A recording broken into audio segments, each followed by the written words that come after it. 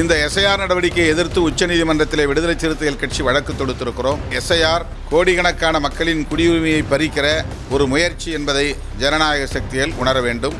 தமிழர்களின் தேசிய இன அடையாளங்களை சிதைக்கும் வகையில் செயல்படுவது சங்க பரிவாரங்களின் ஒரு போக்காக இருந்து வருகிறது. ஆளுநர் அவர்கள் சொல்லுவதைப் போல தமிழ்நாட்டிலிருந்து யாரும் தமிழ்நாட்டை இந்திய தேசத்திலிருந்து அந்நியப்படுத்துகிற முயற்சியில் ஈடுபடவில்லை. தன்னிச்சையாக இந்த முடிவை எடுத்திருக்கிறாரா அல்லது இதற்கு பின்னால் வேறு ஏதேனும் அரசியல் சூழ்ச்சி இருக்கிறதா என்பதை நாம் பொறுத்திருந்துதான் பார்க்க வேண்டும்.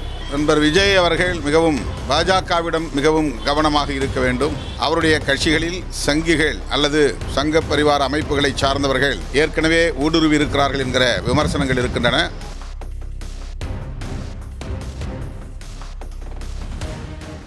இந்திய அரசமைப்பு சட்ட நாள்.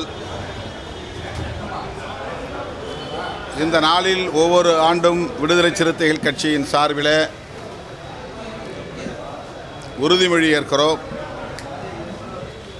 அரசமைப்பு சட்டத்தை தூக்கி எறிவதற்கு அல்லது நீர்த்து போகச் செய்வதற்கு மதவாத சக்திகள் முயற்சித்துக் கொண்டிருக்கின்றன. இந்த சூழலில் அரசமைப்பு சட்டத்தை பாதுகாக்கும் பொறுப்பு ஒவ்வொரு ஜனநாயக சக்திக்கும் உள்ளது. அதை உணர்த்தும் வகையில் விடுதலை சிறுத்தைகள் கட்சியின் சார்பில் அனைத்து மாவட்டங்களிலும் இன்று உறுதிமொழி ஏற்கிறோம். அத்துடன் இன்று தமிழீழ தேசிய தலைவர் மேதகு பிரபாகரன் அவர்களின் பிறந்த நாள். தாயகம் தேசியம் தன்னாட்சி என்கிற தமிழர் இறையாண்மைக்கான கோட்பாடுகளை முன்வைத்து களமாடி உலகின் கவனத்தை ஈர்த்த பேராளுமை அண்ணன் பிரபாகரன். அவருடைய பிறந்த நாளில் அவருடைய ஈகத்தை நினைவு கூர்ந்து அவருக்கு நன்றி பெருக்கோடு வீர வணக்கம் செலுத்துகிறோம். அவர் கண்ட கனவை நனவாக்குவது, தமிழீழத்தை வென்றெடுப்பது தமிழ் தேசிய இனத்தின் முதன்மையான கடமைகளுள் ஒன்று. இலங்கையில் இப்போது அரசமைப்பு சட்டத்தை தேசிய மக்கள் சக்தி அரசாங்கம் மாற்றி எழுதுவதற்கு திட்டமிட்டிருக்கிற சூழலில் அந்த அரசமைப்பு சட்டத்திலே கூட்டாட்சி நிர்வாக முறையை கொண்டு வர வேண்டும், தமிழர் இறைமையை அங்கீகரிக்க வேண்டும் என்று ஈழத்தமிழர்கள் கோரிக்கை வைத்து வருகிறார்கள். அந்த கோரிக்கையை விடுதலை சிறுத்தைகள் கட்சி வரவேற்கிறது, ஆதரிக்கிறது. இந்திய ஒன்றிய அரசு இந்திய இலங்கை உடன்படிக்கையின் அடிப்படையில் தலையீடு செய்து அந்த அரசமைப்பு சட்டத்திலே தமிழர்களுக்கான இறைமையை உறுதிப்படுத்த வேண்டும் என்று அண்ணன் பிரபாகரன் அவர்களின் பிறந்த நாளில் இந்திய அரசுக்கு வேண்டுகோள் விடுக்கிறோம். எஸ்ஐஆர் என்பது சிறப்பு தீவிர சீராய்வு நடவடிக்கை என்பது குடியுரிமையை குறிவைத்து நகர்த்தப்படுகிற ஒன்று என்பதை விடுதலை சிறுத்தைகள் கட்சி தொடக்கத்திலிருந்து சுட்டிக்காட்டி வருகிறது. அண்மையில் குஜராத்திலே பேட்டி கொடுத்த அமித்ஷா அவர்கள், ஆமாம், இது வெறும் வாக்காளர் பட்டியல் சீராய்வு அல்ல, குடியுரிமை குறித்த சீராய்வு தான் என்பதை ஒப்புக்கொண்டிருக்கிறார்.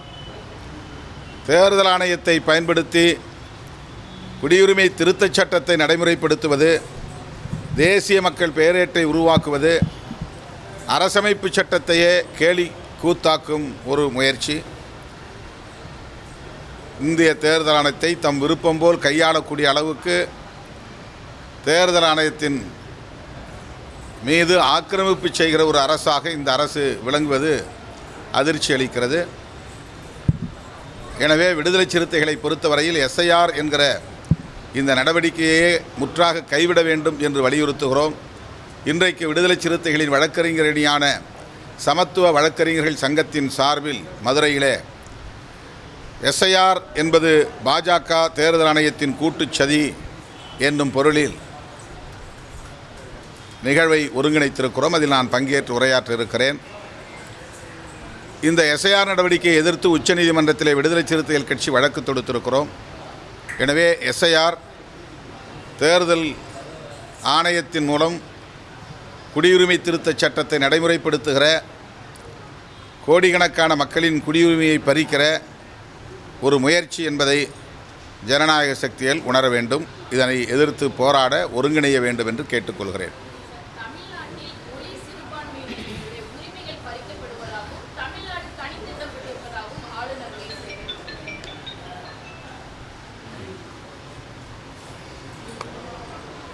தமிழ்நாட்டை யார் தனிமைப்படுத்தி இருக்கிறார்கள் என்பதை அவர் விளக்க வேண்டும். தமிழ்நாட்டு மக்களின் உணர்வுகளை மதிக்காமல் அவர்களை காயப்படுத்தும் வகையில் தமிழர்களின் தேசிய இன அடையாளங்களை சிதைக்கும் வகையில் செயல்படுவது சங்கப் பரிவாரங்களின் ஒரு போக்காக இருந்து வருகிறது. அந்த பாசறையில் பயின்றவர் நம்முடைய ஆளுநர் என்பதனால் அவருடைய நடவடிக்கைகளும் அவ்வாறே அமைந்திருக்கின்றன என்பதுதான் உண்மை. எனவே தமிழகத்தை இந்திய தேச எல்லையில் ஒருங்கிணைத்து தேசிய இனத்துக்கான உரிமைகளை வழங்க வேண்டும் என்பதுதான் தமிழ்நாட்டு மக்களின் கோரிக்கையை தவிர ஆளுநர் அவர்கள் சொல்லுவதைப் போல தமிழ்நாட்டிலிருந்து யாரும் தமிழ்நாட்டை இந்திய தேசத்திலிருந்து அந்நியப்படுத்துகிற முயற்சியில் ஈடுபடவில்லை.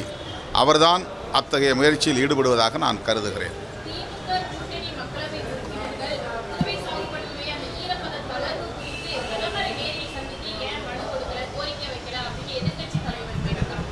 இந்த கூட்டத்தொடரில் கட்டாயம் திமுக தலைமையிலான கூட்டணி கட்சிகளை சார்ந்த நாடாளுமன்ற உறுப்பினர்கள் இது குறித்து கட்டாயம் எழுப்புவோம். உரிய அமைச்சரை சந்தித்து முறையிடுவோம்.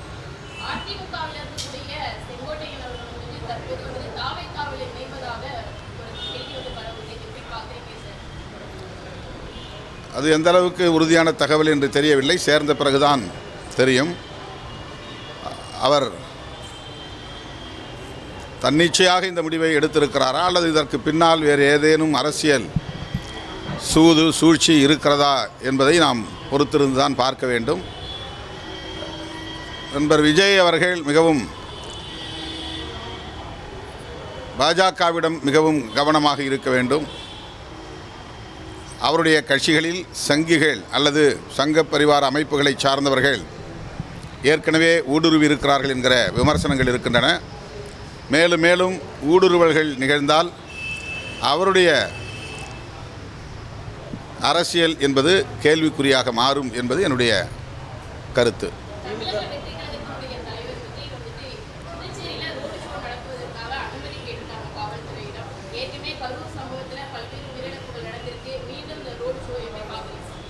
எங்களை பொறுத்தவரையில் எந்த அரசியல் கட்சியும் ரோட் ஷோ போன்ற நடவடிக்கைகளில் ஈடுபடக்கூடாது என்று ஏற்கனவே நடைபெற்ற அனைத்து கட்சி கூட்டத்தில் நாங்கள் வலியுறுத்தி இருக்கிறோம். அதுதான் தொடர்ந்து எங்களுடைய நிலைப்பாடு.